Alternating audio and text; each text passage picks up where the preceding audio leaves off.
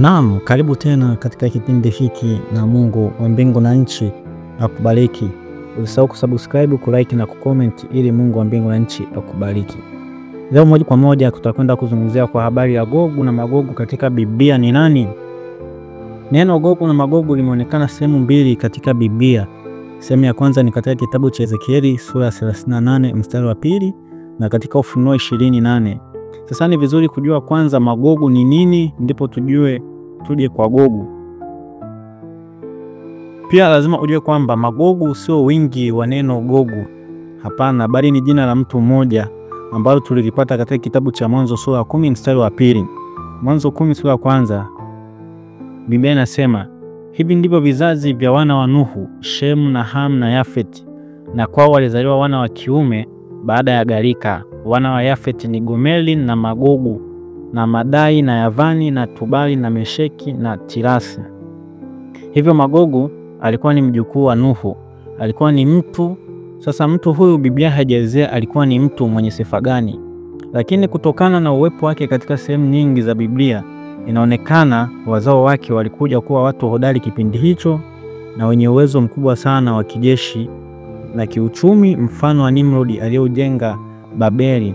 Pia na Magogu naye hivyo uzao wake ulikuja kuwa hodari na kuwa taifa lenye nguvu kijeshi, na watu hao wote kwa ujumla wakaitwa Magogu kufuatia jina la baba yao huyo, kama vile mji wa Moabu ulivyoitwa kufuatia jina la baba yao aliyeitwa Moabu kwenye kitabu cha Mwanzo sura 19 mstari wa 37. Yaani yule mkubwa akazaa mwana akamwita jina lake Moabu. Huyo ndiye baba wa Moabi hata leo. Kwa hiyo na Magogu hivyo uzao wake ulikuja kuitwa kwa jina hilo la Magogu, na nchi yao ikaitwa nchi ya Magogu kufuatia jina la baba yao huyo aliyeitwa Magogu.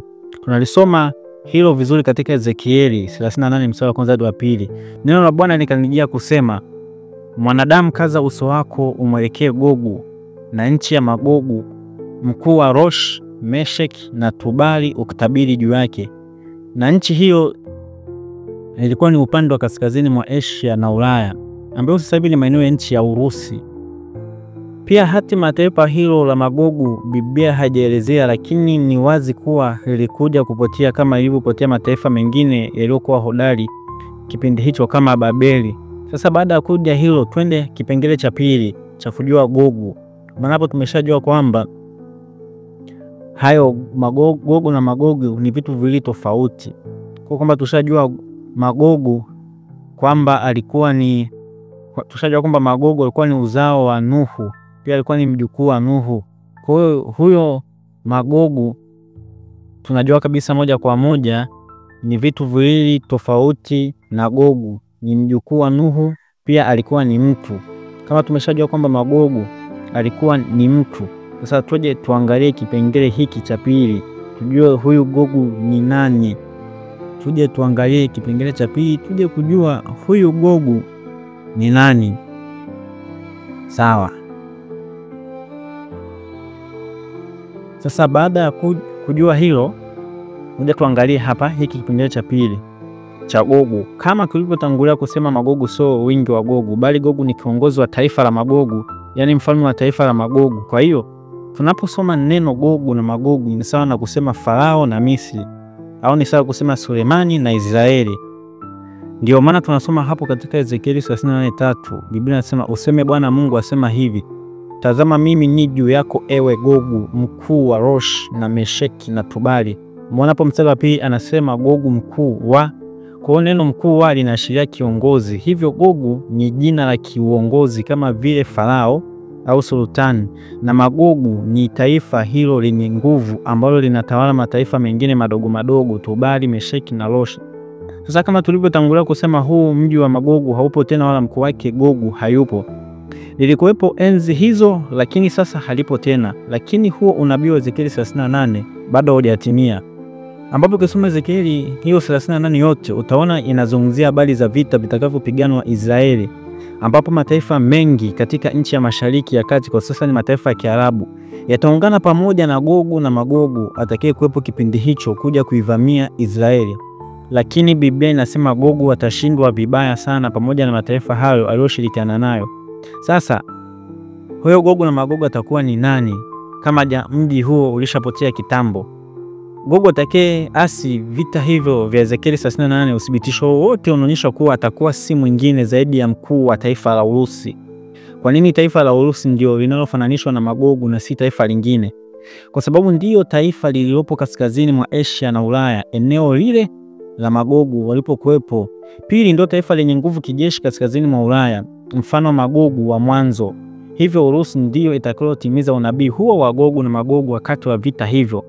Mbali na hilo, tunakuja kuona tena Gogu na Magogu wakitokea mwishoni mwa utawala wa miaka 1000.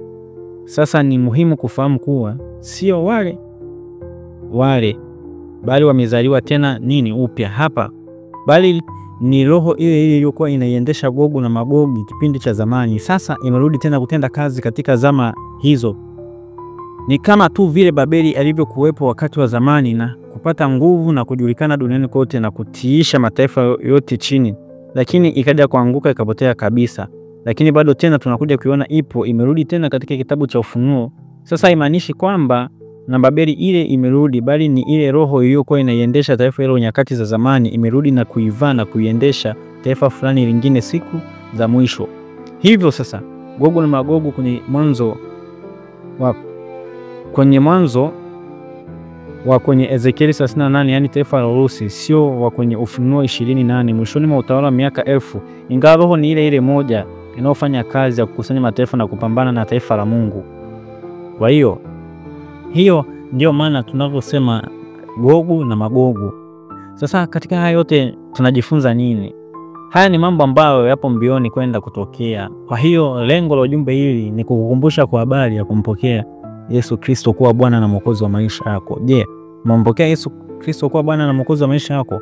Kama bado, kumbuka kwamba tunaishi ukingoni mwa nyakati kabisa na Kristo yupo karibu kurudi na mpinga Kristo kuanza kufanya kazi yake ya kuwaita watu, kuwatia watu chapa. Kama unafikiria ni utani kwamba Kristo hatarudi, siku moja utayahakiki haya maneno unayoyasikia. Wakati huo waliokudanganya nao watagundua kuwa walidanganywa. Itakuwa ni huzuni sana kama hujampokea Yesu Kristo mpaka nyakati hizo zinakuja. Kwa hiyo kaa chini, fikiria, fanya uamuzi sahihi wa kumpokea Yesu Kristo kuwa Bwana na Mwokozi wa maisha yako.